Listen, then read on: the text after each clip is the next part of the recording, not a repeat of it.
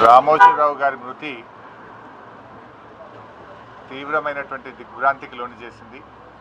ముఖ్యంగా వారి మృతి యావత్ తెలుగు ప్రజలకు మొత్తం దేశానికి కూడా ఒక తీరని లోటుగా మనం చెప్పుకోవచ్చు.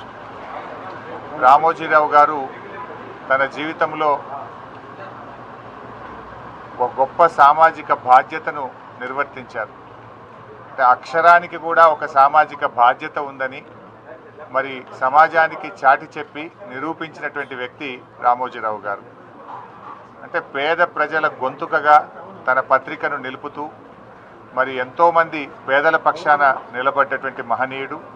ఇలా పత్రికా రంగంలో మీడియాలో తనకంటూ ఈ రాష్ట్రంలోనే కాదు దేశ విదేశాల్లో ఒక ప్రత్యేకమైన స్థానాన్ని సంపాదించుకున్నటువంటి వ్యక్తి రామోజీరావు గారు.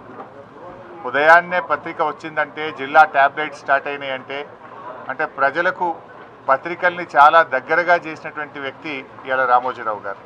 అంటే వారు నిజంగా ఈరోజు ఈ తెలుగు ప్రజలందరికీ ఇటు తెలంగాణ కావచ్చు, ఆంధ్రప్రదేశ్ కావచ్చు, దేశ విదేశాల్లో ఉండే తెలుగు ప్రజలకు అత్యంత సుపరిచితుడైనటువంటి వ్యక్తి. తనకంటూ ఒక చెరగని ముద్ర వేసుకున్నారు.